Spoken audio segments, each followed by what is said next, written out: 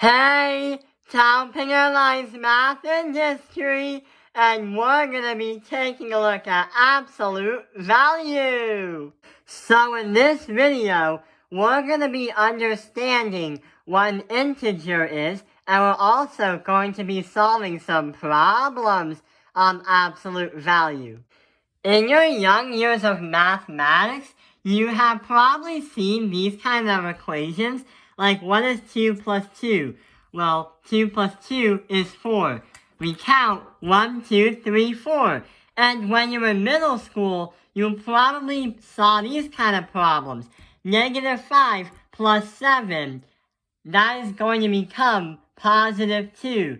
So absolute value has a huge role of having equations cross the line of 0 or is 0, because negative 5 is less than 0, and if we add that by 7, we get to 2. That's what you might have learned in middle school. What we're learning in high school is problems that will look like these.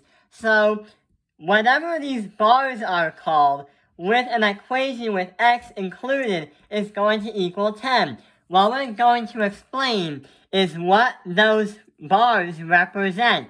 And we're also going to explain what is absolute value. So, what is absolute value?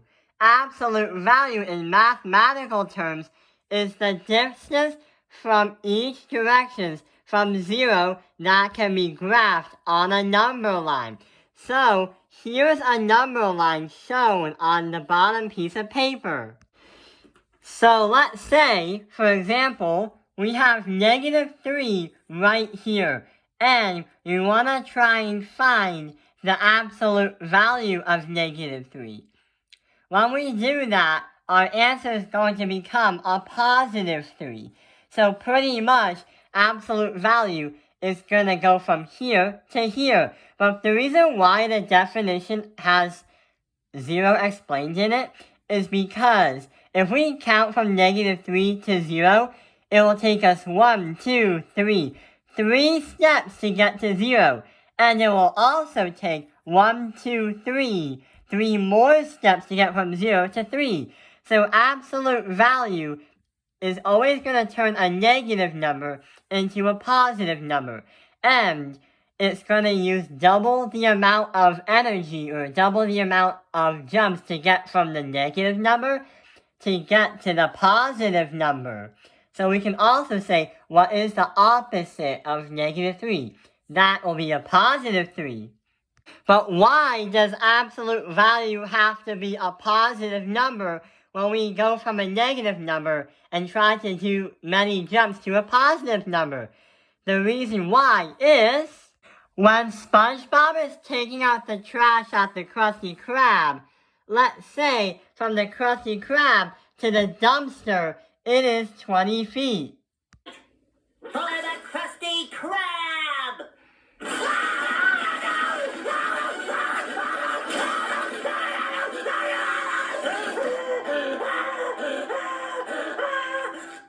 Piece of cake. Imagine you're working at the Krusty Krab in SpongeBob, and your job is to take the trash to the dumpster. And between the two destinations, we're going to say that is 20 feet away from each other. So, since you stole the trash can at the Krusty Krab, what you're going to want to do is run to the dumpster. That is 20 feet. But when you put the trash in the dumpster, you have to get back to the Krusty Krab. But there's one thing that we don't want to do. We run back 20 feet, but we don't subtract the 2. Because if we run 0 feet, then we would still be at the Krusty Krab, and we wouldn't be finishing the job. So, we have to add the 2, because 20 plus 20 is 40 feet. Pretty much, you have to get from the Krusty Krab to the dumpster, put the trash bag in, and run back to the Krusty Krab. This can explain why you can't say you ran a total of 0 feet. You wouldn't be getting anywhere. Going back to what those strange bars be surrounding the 5 and the x is what we're going to explain next. So, here is an example problem. The two bars are called absolute value bars. There's no scientific name, or there's no complicated name to name for these lines. So pretty much these lines are surrounding the negative 5. And since absolute value is all about turning negative numbers into a positive, and you can't run 0 feet from the Krusty Krab to the dumpster, this will automatically activate and turn into a positive 5. Even if you have the bars and you have a positive number in it, you don't need the bars, but it will still activate, and it will still become a positive 5. What the main purpose for these bars is to turn these negative numbers into a positive. So they're trying to say, you have to stay positive while doing your assignments.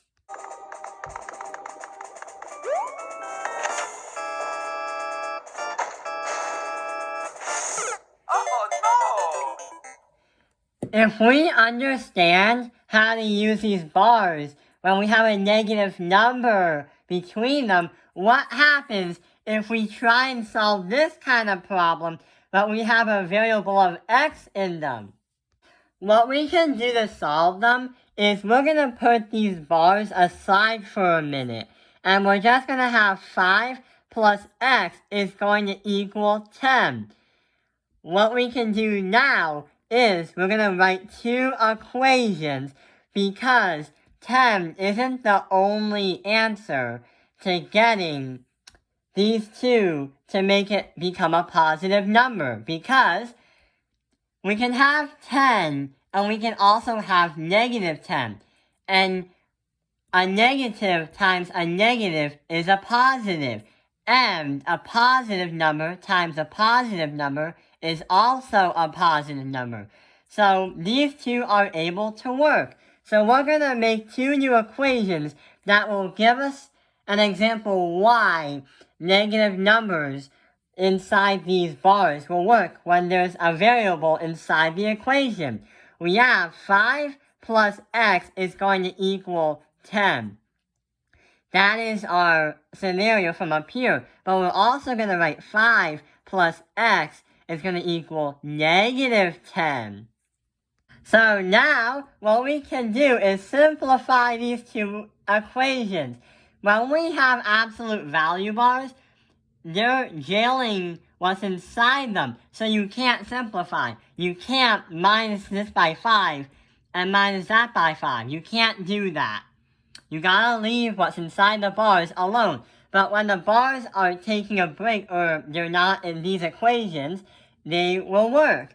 So we have 5 plus x equals 10. We minus this by 5 and minus this by 5 to get x alone. 5 minus 5 is 0, and 10 minus 5 is 5. So in this one, x is equal to 5. And on the other one, 5 plus x is equal to negative 10. We can subtract that both sides by 5, and we get x is going to equal negative 15. When you're solving absolute value questions, you're going to get two answers that can be worked and inserted into x to make this equation work and true. Let's insert what we got into x into the equation. So our first answer was 5. Let's insert it in here. 5 plus 5 is equal to 10. And since we already have a positive number in them, 5 plus 5 is 10. The absolute value bars activate, which is equal to 10. Yes, that will work. And if we insert our second answer as x is negative 15, 5 plus negative 15 is going to become negative 10. And we have these absolute value bars, and now they activate, turning this negative 10 into a positive 10. So that will work as well. You will get two answers as x, or a variable, when you're working with an equation that has absolute value bars. The absolute value bars will not activate unless one number is between them. They will not activate like the absolute value bars are 5 plus 5. This will not activate unless you add the two to make one number.